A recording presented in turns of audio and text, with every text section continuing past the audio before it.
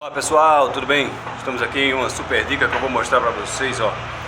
Se sua moto, você está andando nela e do nada ela está estralando, está fazendo um incômodo ao andar com ela em determinadas marchas, não se preocupe. Pode ser uma coisa simples como isso aqui que eu vou lhe mostrar agora. Deixa eu ver aqui. Não sei se vocês conhecem a relação.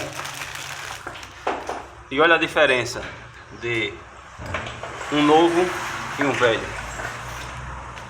O cliente queixando que a moto dele estava fazendo muito barulho ao andar com ela em todas as marchas, principalmente quando ele colocava para trás, ia dar ré em alguma situação e escutava estralando.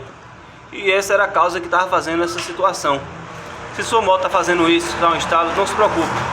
Pode ser uma coisa simples, rápido e fácil de se resolver. Uma substituição do kit de relação, que vem a corrente, a coroa e o peão. Isso é uma dica simples que você pode fazer em qualquer oficina, ou de preferência numa oficina de confiança. Ok? Um abraço.